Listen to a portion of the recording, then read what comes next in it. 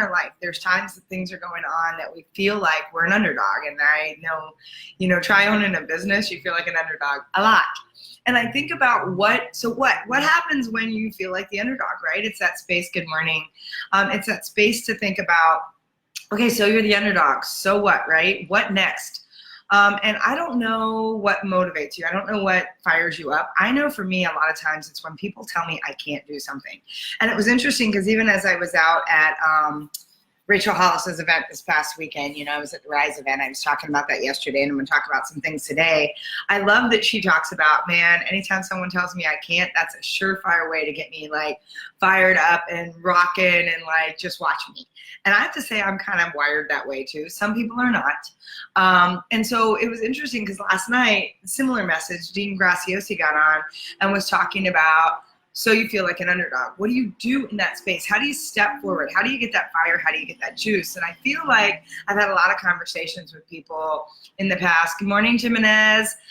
In the past, I don't know, a couple weeks or so, where people are feeling stuck, where they feel like the underdog, where there's a lot of comparison against how they're showing up versus what they perceive. And I make sure I really say that, perceive how other people are showing up. We get really caught up sometimes in other people's age rack. And we forget that sometimes there's a whole different story going on underneath. And whenever we're putting focus on someone else, whenever we're comparing ourselves, whenever we're out there too busy worrying about what someone else is supposedly doing, we're not focusing on opportunities to fuel our own selves, right? To kick our own butt, get the light underneath us lit, to fire ourselves up. And so I want to think about those moments where maybe you felt like an underdog. Maybe you're feeling like an underdog right now. And I remember in one of my big examples of how this kind of fires me up, and I think I'm sharing this today because I almost need a reminder myself to light that fire. I've been feeling a little underdoggy in spaces, right? Is that a word, underdoggy? It's going to be a word. I'm going to make it up. Right now, it's a word.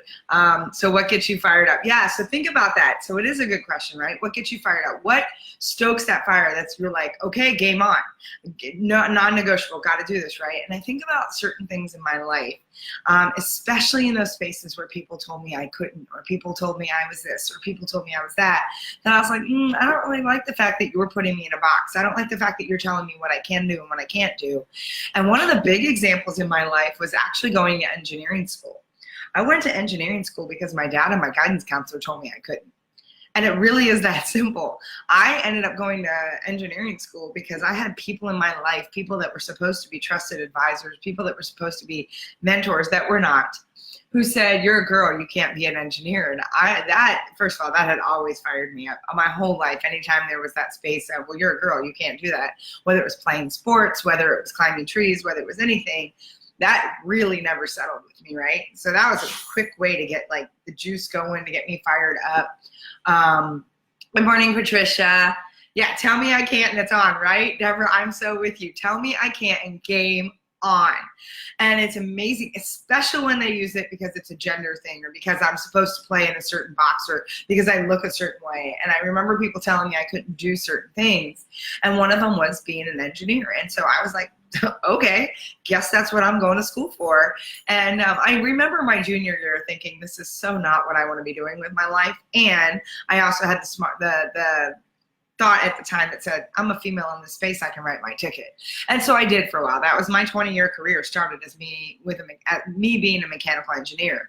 And good morning, Shirley. But what's interesting about that is I think about what fueled me to step forward in that space.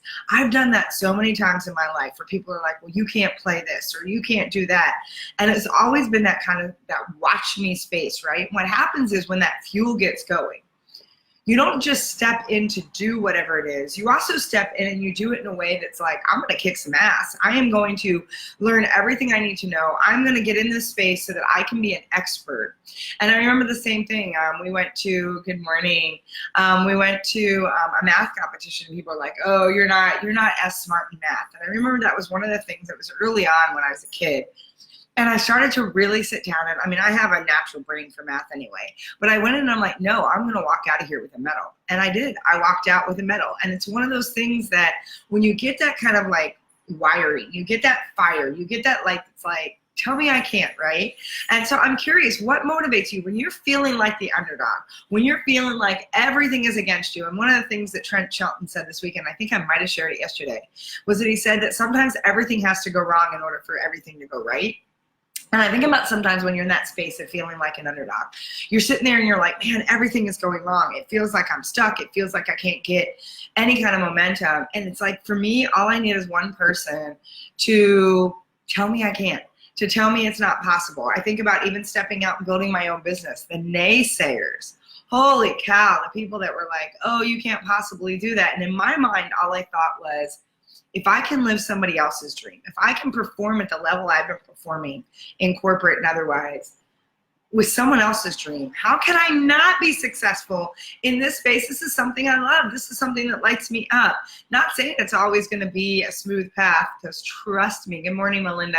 Trust me, it is not a smooth path. Anyone that knows being an entrepreneur, it is not a easy path whatsoever. It is this path of like in and out and up and down and winding, and you feel like you're on a freaking tornado track sometimes. But there's a lot of that fire that I think about, Deborah saying, tell me I can't, and it's on. And it was interesting because Rachel Hollis and her husband Dave were talking about that this weekend at Rise. And he told a story, and obviously I'm not going to do it nearly the justice he did, but he was talking about how Rachel has this saying that always gets him kind of going, because he's the pragmatic one, obviously. And Rachel will say something like, I've got an idea. And he's usually like, oh crap, here we go, right?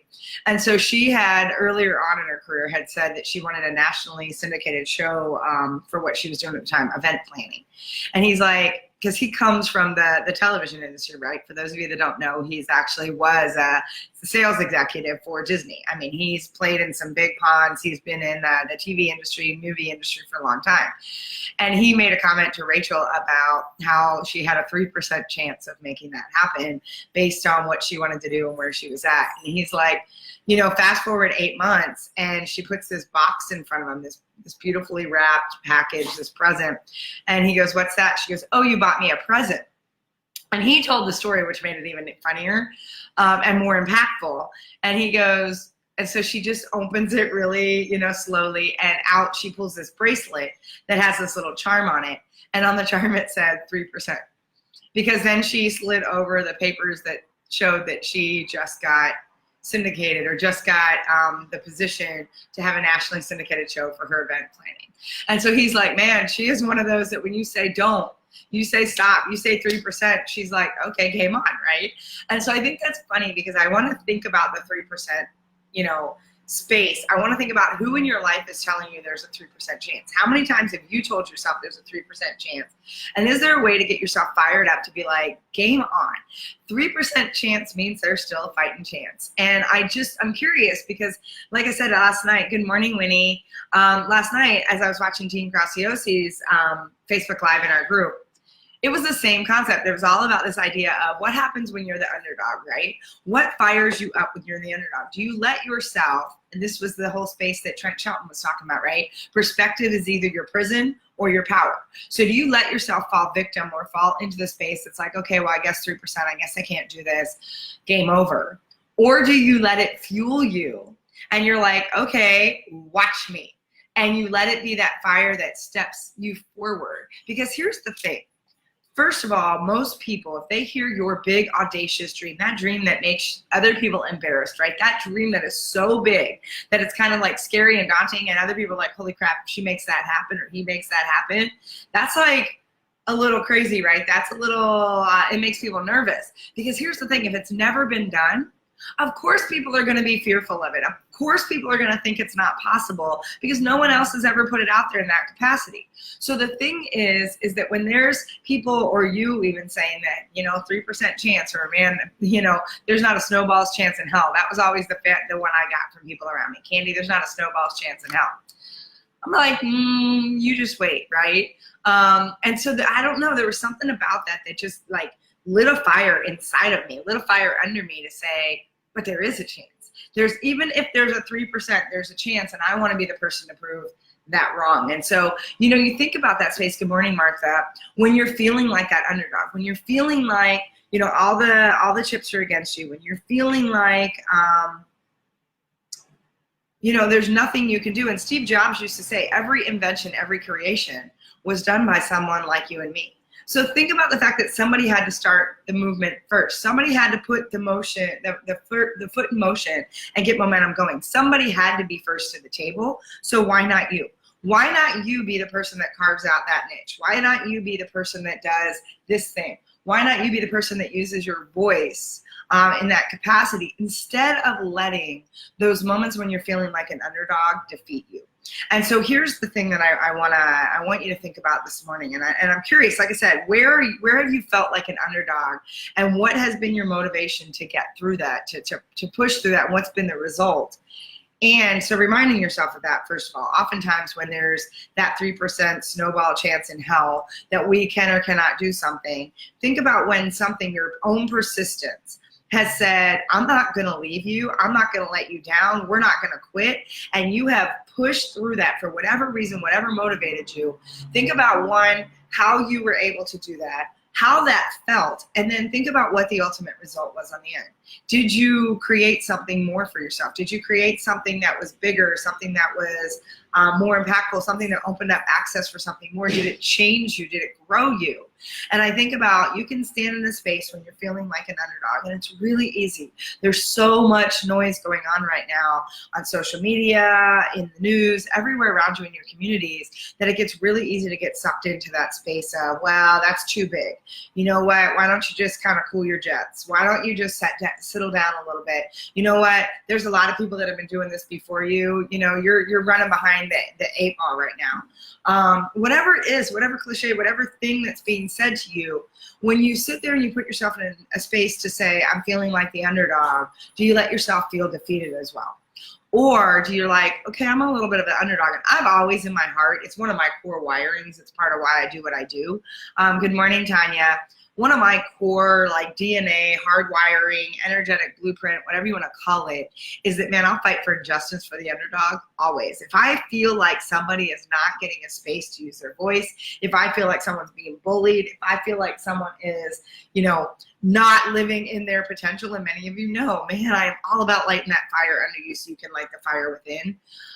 When you're in that space of those underdogs, I love an underdog. I love rooting in sports for the underdog. I mean, it's been one of my favorite things to do, right? I love a good underdog.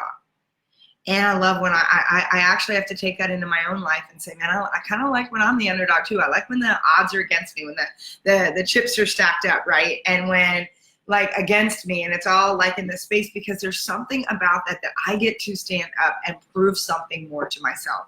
I get to stretch myself. I get to push myself. And sometimes when there's not opposition, so we get so afraid of opposition, yet sometimes when we don't have that kind of opposition, there's nothing to fuel us to say, I want more. And I think about what Deborah said, she's like, man, tell me I can't, and just look out, right? Game on. And I have always been wired that way, sometimes to my own demise. Get that. And I will say that more times than not, though, when I've stepped up in that challenge, I have arrived somewhere that I couldn't even imagine prior to that space. And I think about, those the cliche saying that's like, where there's a will, there's a way, right? Drives me absolutely crazy, which is funny because that used to be my mantra growing up. Where there's a will, there's a way. Where there's a will, there's a way. And what I realized is when I said there's a way, I'm leaving it up to someone else, or I'm leaving it up to chance to decide whether or not something's for me. So when I'm like, okay, well, where there's a will, so if I want something, there's a way. And it's like, if the stars align, if the sun comes out today, if it's not humid in Austin, whatever the if then that I play, I'm allowing myself a space to cop out, versus that space of, where there's a will, look, there's me. There is Candy Barone to say, is this something I want? If the answer is yes, then all this noise, all the naysayers, all these people that are giving me the 3% chance, you know what? Step aside, watch out, because here I come. And it's amazing to me when I get into that space of, okay, feeling it right now, feeling like, a lot of things are happening, and sometimes everything has to go wrong for everything to go right. When I'm in that space to think about, all right, where there's a will, I know this is something that's got me lit up right now. where there's a will, there's a space for me to step forward and take responsibility. There's a space for me to figure out. And here's the thing. We live in a world right now where everything is accessible to us. And before I go there, I want to see what Shirley said. My son says, Mom, why can't you just be happy with the flower truck where it is? It's going good, yada, yada. Why do you need the truck back? Because it's in your heart, right? Shirley and I know you. I know how Lily, and that's the name of her truck, she has this beautiful flower truck that she started here in Austin and moved in. It's in your heart, right, Shirley? Because it's something that like is that fire that keeps burning, and because it's not up to anybody else, and because you know without a doubt that that is part of where you're supposed to be putting your purpose in the world, because there's something that happens to you when you're in that truck, with what you've done with that truck, with how you show up with that. And so yeah, there's a yada yada yada, right? There's the Charlie Brown teaching of people who get fearful. Because what happens when you have those big audacious dreams, when you go out and someone's like, yeah, there's a 3% chance, snowball's chance in hell that that's going to happen, it's because their fears are going like a mile a minute, because you stepping forward scares them, because it makes them insecure. And a lot of people who hold you back, it's because there's a fear of the distance between your growth and their ability to stay stuck. And that distance gets bigger and bigger the more you step into what's firing you up. And for people that are not willing to come along for the ride, there becomes this separation, there becomes this gap that their question is, are they going to leave me? Are they going to leave me behind because I'm not stepping up? And that's their stuff that they have to deal with, because you're just holding up a mirror that they're not liking the reflection back. But it's that space of where there's a will, there's me, and where there's a will, there's you. There's nothing else. And it amazes me. I have some clients sometimes that'll be like, but I don't know how to do that. And I'm like, okay, there's Google, there's YouTube, and there's Pinterest. You can put a how-to on any of those platforms, and I guarantee there is something out there to show you how to do it. I don't care what it is. How to tie my shoe. Oh my gosh, you can go out there and find a video that shows you all the different ways that you can teach your kids on how to tie their shoe. You can go out there and say, how do I make a sales call? How do I build a training platform? How do I do a funnel? How do I do, because I get people in business who'll say, I don't know how to do that. Great, I didn't know how to do it either. I have someone that was just looking at, I'm about to launch my new website. You can go to my old website and see it. It's already up, but I have a couple tweaks on it. And someone's like, you built this yourself? I'm like, yeah, I built it in Kajabi. And they're like, how'd you do that? I'm like, a lot of tutorials, a lot of getting in and playing around, and I built my own website. I built my own training platforms. I built all my, those of you that are in the Yes program, the Yes Monthly program, all of that I built. Did I know how to do it from day one? Absolutely not. Absolutely. But if I sat there and was like, well, you know what, Candy, you're not really naturally gifted in this space. You're not going to, this isn't your space. And I let that defeat me, I wouldn't be able to be doing the things that I'm doing. There's a learning curve always when you don't know. And so, but we also live in a society, in a time where everything is accessible to you. There is anything you could possibly imagine, whether it's through a coach, a mentor, training, or a video or something online, that you can figure out how to do everything. So when you hold yourself back, when you're feeling like the underdog and you're like, I can't, I don't know how, I want you to put that word yet on the back of it. I want you to say, I don't know how yet to do this. Because when you're feeling like the underdog, that word yet alone can shift you and step you into a different space. So I'm curious, what other ways, and Shirley, thank you for sharing that. Some of the rest of you, when have you felt like an underdog? How have you gotten through that? And how have you felt on the other side? What's the thing that motivates you or drives you when you're feeling a little underdoggy? And I'm gonna keep using that, I like that word, underdoggy. Make up my own words, I don't care. So I'm curious. I'm curious from some of you that are on. I know there's a little bit of a delay, so I'm just waiting. Because that space, right? We have days, I mean, I've had days consistently that I felt underdoggy, that I felt like, man, I'm behind everyone. I look at some of my peers, I play in some groups where sometimes it's hard not to do the comparison. I have people out there that are just, their platforms, their followings, the things they're doing are so much bigger than mine. And there's days that I just feel like, man, I'm never gonna catch up. And then I have to remind myself, maybe it's not about catching up. Maybe it's not about catching up at all. Maybe it's about blazing an entirely new path that has nothing to do with what I see out there. Maybe it's something else. Maybe I get to be the person to open up a way to do something that's never not been done, or it's done differently. And here's the thing, even if you're going out doing things that are, quote, already been done, it's never been done with your voice. It's never been done with your heart. It's never been done with your stories. So when you sit there and you're like, yeah, I feel like an underdog because there's already this is already a saturated market, or there's already too much of that out there. So what? It's not out there from your perspective. It's not out there from your heart, from your passion. So it's not been done the way that only you can do it.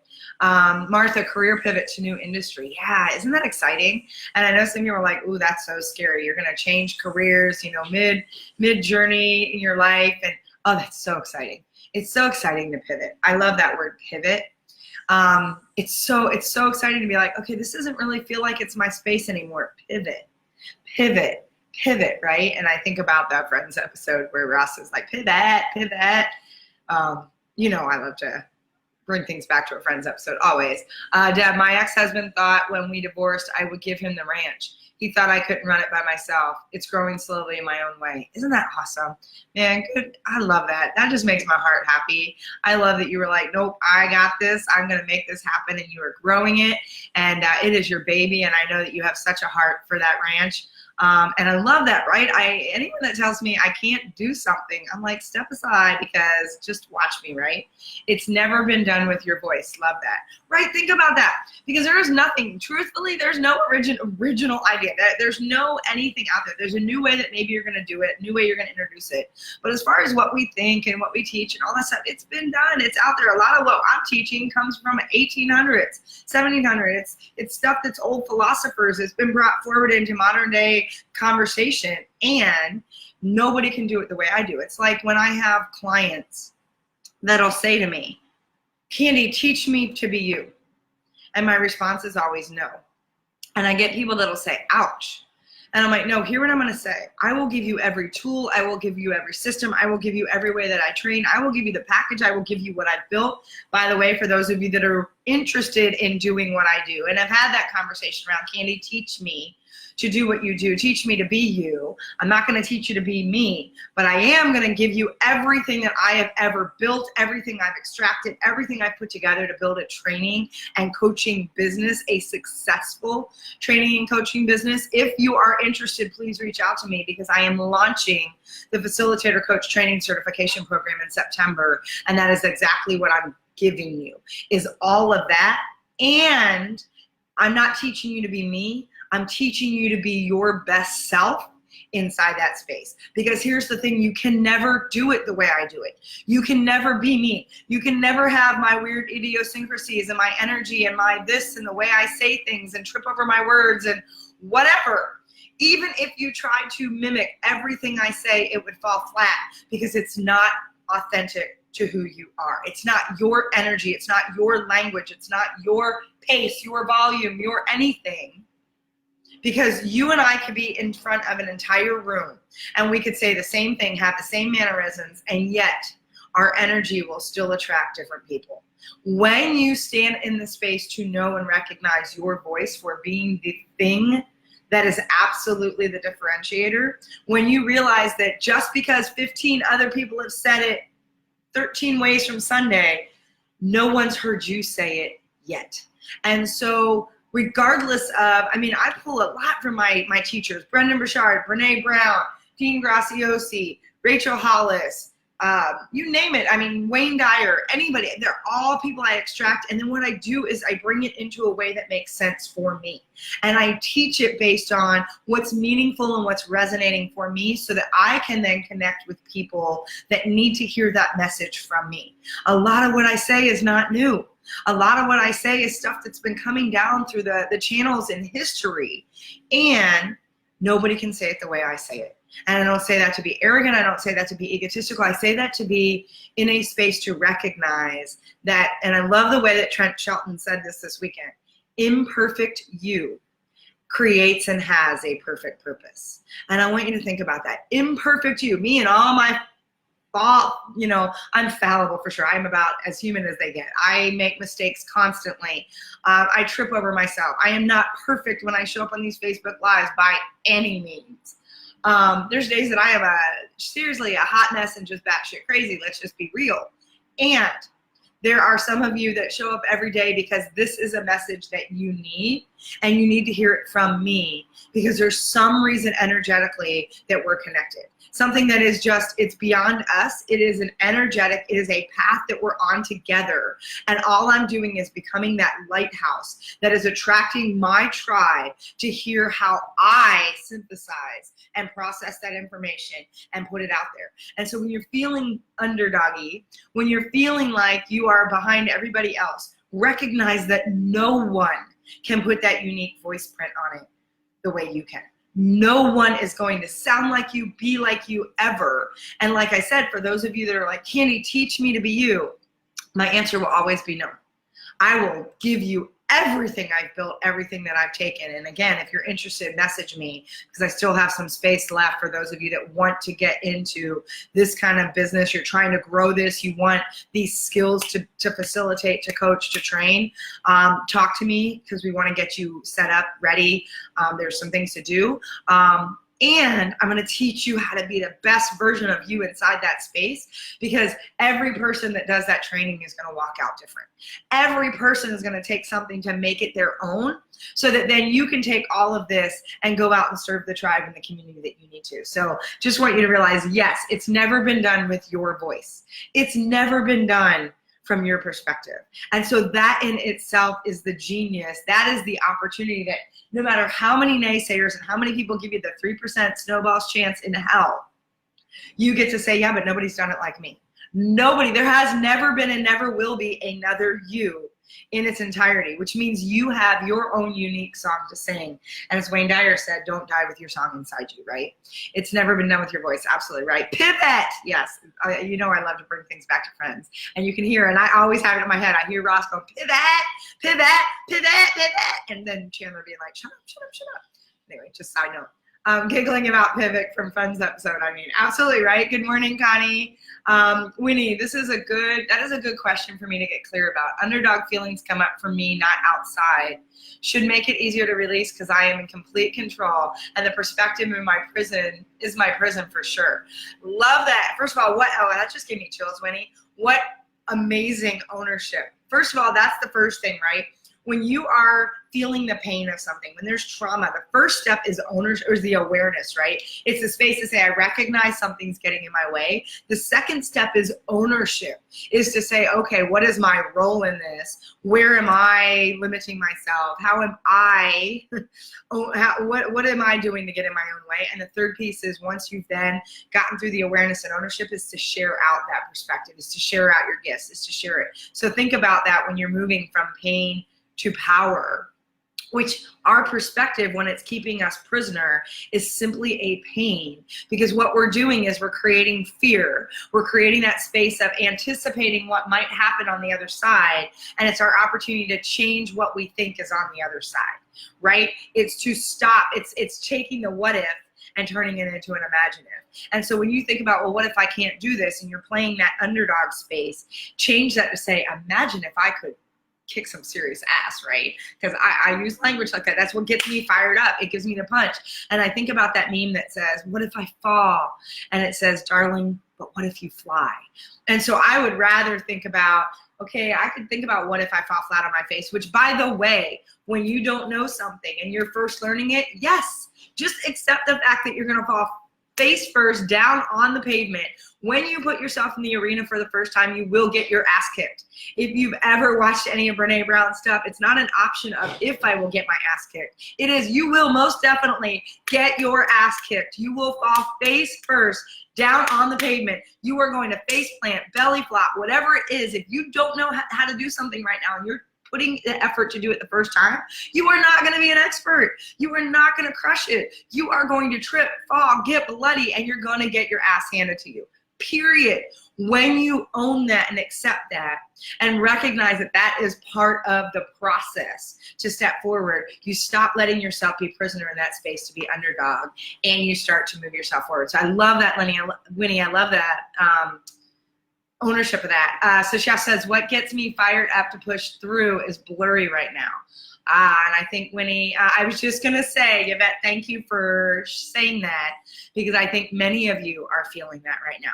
And I think one of the reasons, and honestly, I'm saying this today because as I heard it all weekend long from Rachel and Dave Hollis, and then first thing last night when I get onto my group for Knowledge Business Blueprint and Dean Gracios is saying the same message, I'm like, okay, it's dropping in. And by the way, I had a weird thing this morning and I need to go find out the significance of it, because lately I've had two things showing up really weird. One, like in the span of a week, which I did look up and look at kind of clearing things out, different ways unicorns have shown up for me 8 times in a week. It was crazy, whether it was something was said to me, a picture, my birthday, like the way that things were, my birthday bags or card, it was crazy. This morning, and I need to look it up, freaked me out. Bugs don't bother me, but when they're like on, all of a sudden I'm like, well, I thought it was just a tree limb or something, because my hair is short. It's not like I was like, oh, it was a walking stick about this big, like bright green, not even exaggerating, that sucker was big. And they pulled it out and it jumped, it scared the crap out of me, but I'm like, there is a symbolism.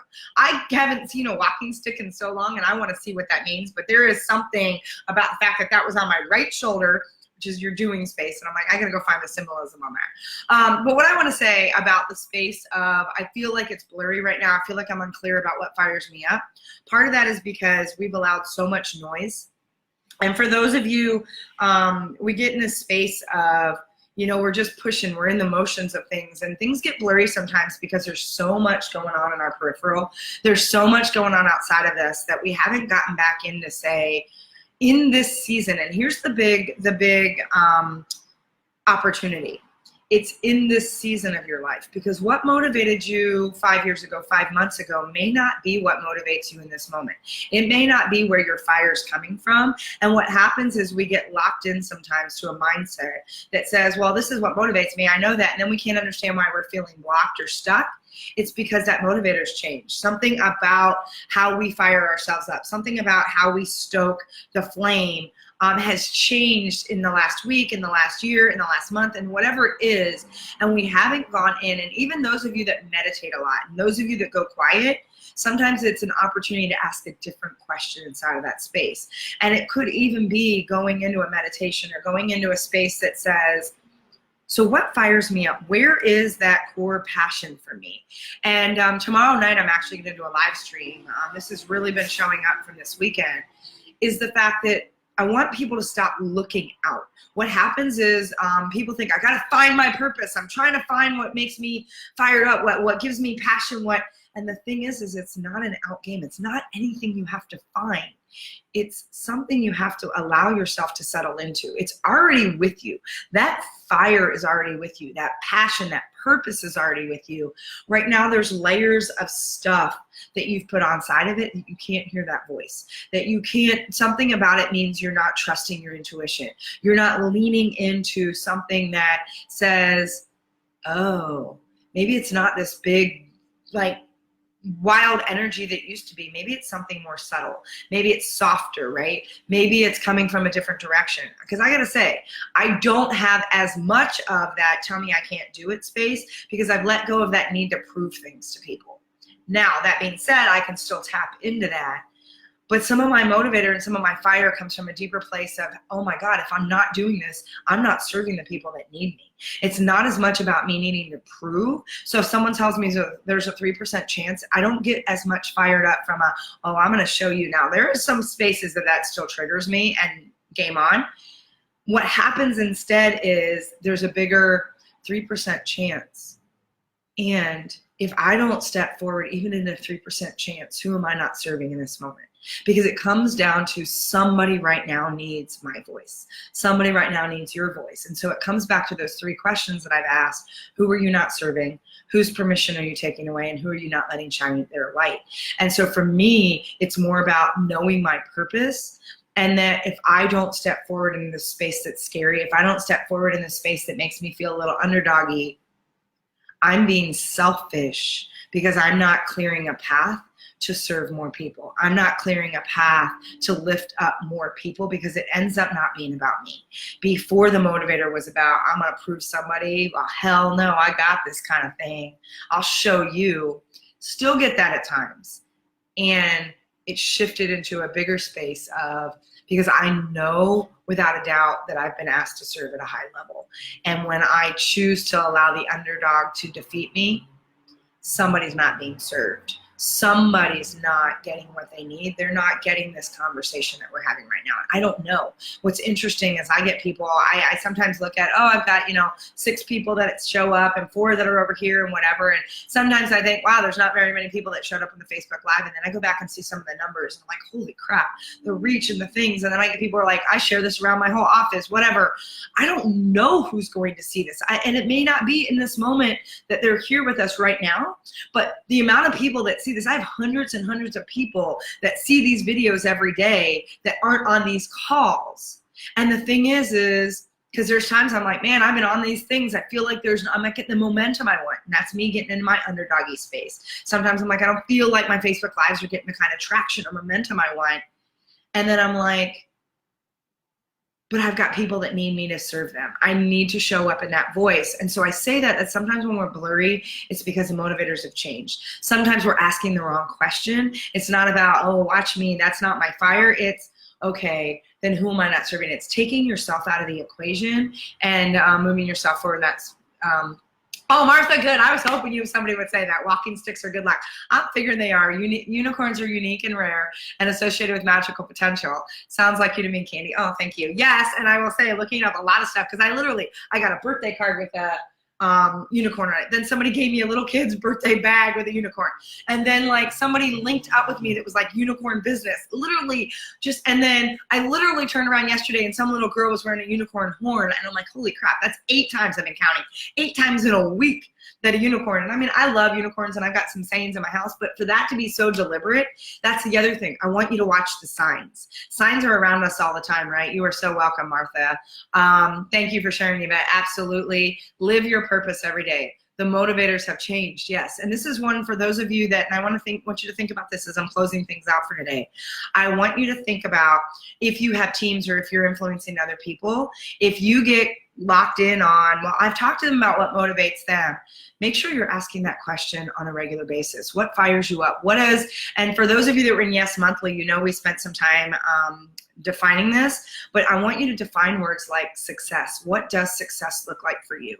What does abundance look like for you? How to define that? How do you define prosperity? Because here's the thing.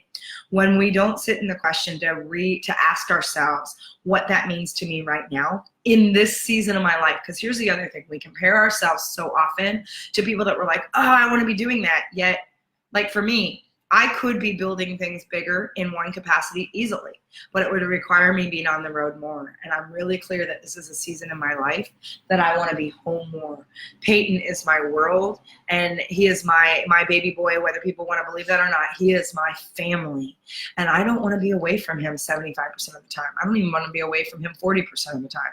So I am building things for this season of my life that allows me to have different motivators, because if he weren't here, I'd probably be doing things differently. And I'm making conscious choices because this season of my life says this is what I want. I don't want to be on the road all the time. I did that in my corporate career. I've done that most of my life. I want to be more grounded. I want to build a home. I want to build a community. I want to build a tribe right in my backyard, which is something, truthfully, I've never done.